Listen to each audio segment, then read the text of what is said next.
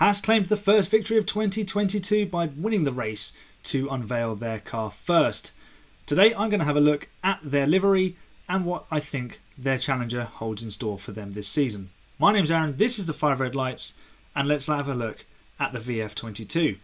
Now, before I dive on into my thoughts about the first car that we've seen this year, please make sure you follow me on Twitter, follow on Instagram, and check out my blog, which I'll leave a link to in the description. But most importantly of all, subscribe to the channel if you're enjoying the content. It was a well-hyped launch, actually. Had a lot of people sitting in on various watch-alongs over YouTube, and everyone was waiting with bated breath to see what Haas would provide us. And they provided us with the following 4 images from their Twitter. So here's a little look at each of them. So one from the front, one from the rear, the side shot, and a top view. So there you go with each of those. Let's start at the front, and obviously the most striking thing you can see immediately is the side of the inlets for the side pods. That's partly to do with the new regulations. The shape of the car has changed, and you can see the little fenders on top of the front wheels for aerodynamic airflow, of course. And obviously the front wing has these really steep and tall fences on the end, and there's none of the intricacies that we've seen over the last few years with the front wing planes. It's a very simple 3-piece, 3-element plane design, and also it's a mid-loaded front wing. So as I saw, I think it was Craig Scarborough mentioned, this is basically going to force the air to go towards the floor and to those venturis on the floor, which then develops the ground effect which we're looking for this season. You can also see the rear wing has changed its shape quite dramatically at the back, but the thing that stands out here is obviously the colour scheme on the front wing. It's still a Russian flag. Of course, it's a very similar layout in terms of livery to last year, so slightly underwhelming in terms of what you might have got, but you know, as people rightly point out, iconic liveries become iconic because they're there for a while, but they also become iconic because they win things and they're not really controversial. Although you could argue that some of the most classic liveries, like the JPS on the Lotus, you know, it's a cigarette brand, so make of that what you will.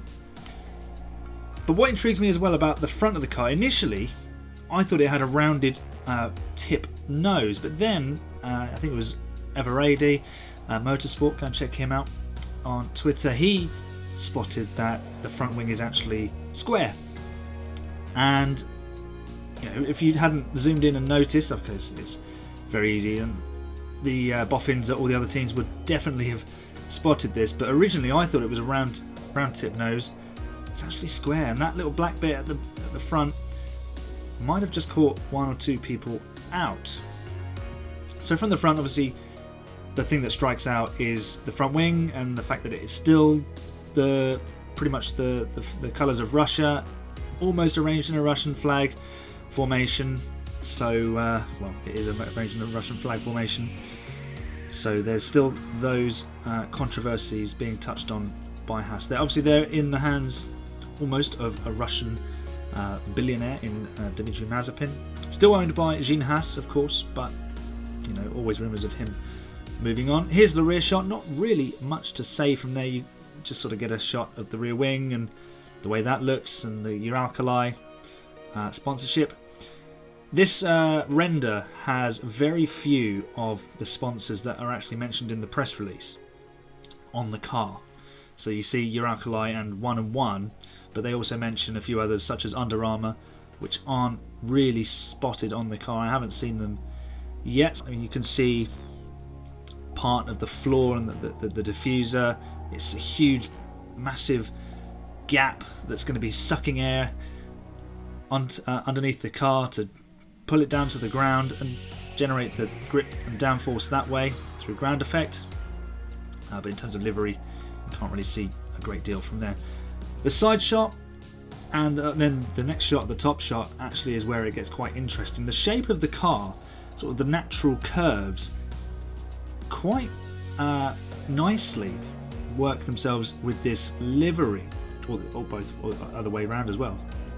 So if you see just behind the front wheel, you've got the downward slope of the red and white banding, and it swipes behind the Haas logo, and in the middle where the Haas logo is, you actually get that little throwback to the black and white, and with a splash of red, the original colours of Haas. So it looks more like a Haas there in that side pod area, but then you go back to the red and blue banding as it swoops back up towards the back of the engine cover close to the rear wing. So those elegant swoops look quite nice.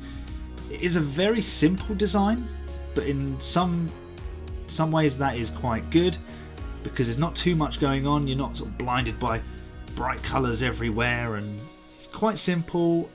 There's an elegance to it. Obviously the whole Russia connection it's better than last year, put it this way. Last year was literally a Russian flag on wheels, but this year it's much more subtle, much more elegantly done. And yeah, it is the same colours as last year, but Alkali are probably putting in enough money to call the shots on that. And I think from the side it looks pretty nice with that style of car. Who knows if this is even the way that the Haas car will look. I mean, I saw the Mercedes video last week or the week before. I think it might have been the one with Mike Elliott, their technical director, the guy who's just replaced James Vowles, who's moved up. Not James Vowles, James Allison, sorry. And he was saying that many of the cars might actually look quite similar. So they may look very, very close to what this render is on the screen now. Now if you get into the top shot, again you can see the front wing, which from that angle really does look like the flag of Russia. But what bugged me about the top shot of the 21 car livery was where you see the engine cover. It was with the different light, the red lines between the stripes. It really did look like a flag, and there was a flag in so many different areas. They kind of went overboard to show how Russian the team had become. This year, as with the side shot, everything's a lot more elegant and more subtle, and just a little bit more easy on the eye. It's not so bam, it's Russia in your face and here we are. They've softened that a little bit, and it's nice and tidy. It's not a spectacular livery, but there's a simplicity which is quite nice, because it'd be quite easy to go quite crazy with your livery to make it stand out, to be striking, catch people's eyes. You know, people might want their sponsorship on a car that looks really nice. Overall, it's a straightforward livery. It's pretty much the same as last year, with a few softenings in places like I've mentioned. Nothing really to shout about, but it's our first look at something that's going to be 2022 related.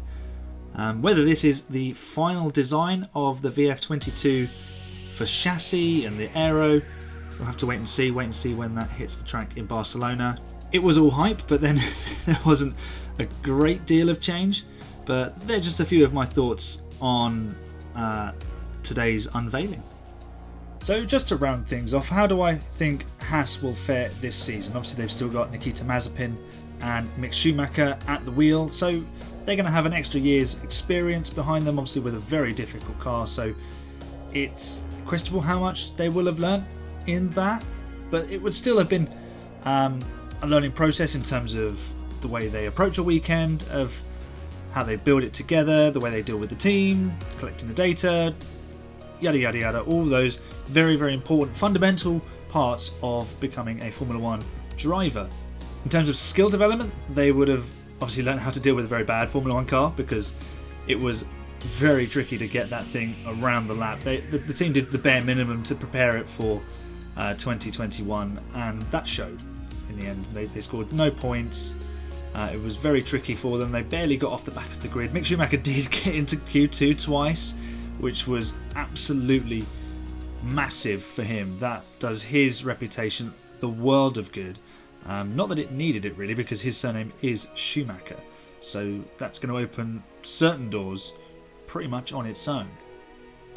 But in terms of their prospects for 2022, I think it's going to be more of the same, to be honest. I can't see them moving that far up the grid because they just haven't had the money to throw at this in terms of developing the car and preparing the car to start any higher up than 9th or 10th fastest, because that team is being sort of drip fed from Gene Haas and his interest isn't quite what it used to be, or at least that's the way it looks. You know, he could still be putting in as much money as he was before. Maybe it's just not enough.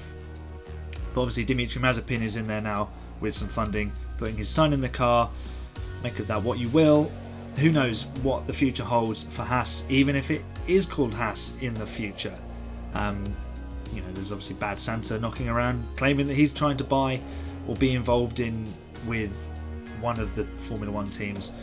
But, you know, put up or shut up in that case. For the drivers, they need to just concentrate on stealing points where possible. And if they can finish ahead of, you know, an Alfa Romeo, or if Williams have a tricky season, then maybe they can snipe those few points, those big results from the teams lower down the order. That will make a huge amount of difference in terms of Constructors' Championship prize money come the end of the season. Let's see what the future holds for Haas. It looks promising and unpromising at the same time, but time will tell how that pans out. Personally, I don't see them finishing any higher than 9th at best, given that they've got Nikita Mazepin in the car, who, while he improved last season, is probably still very crash happy given the opportunity. For Mick Schumacher, it's just about growing that reputation and showing everyone that he needs to be put in a more competitive car to really show what he's all about. Maybe put him alongside Bottas at Alfa. Pull some strings there, Ferrari.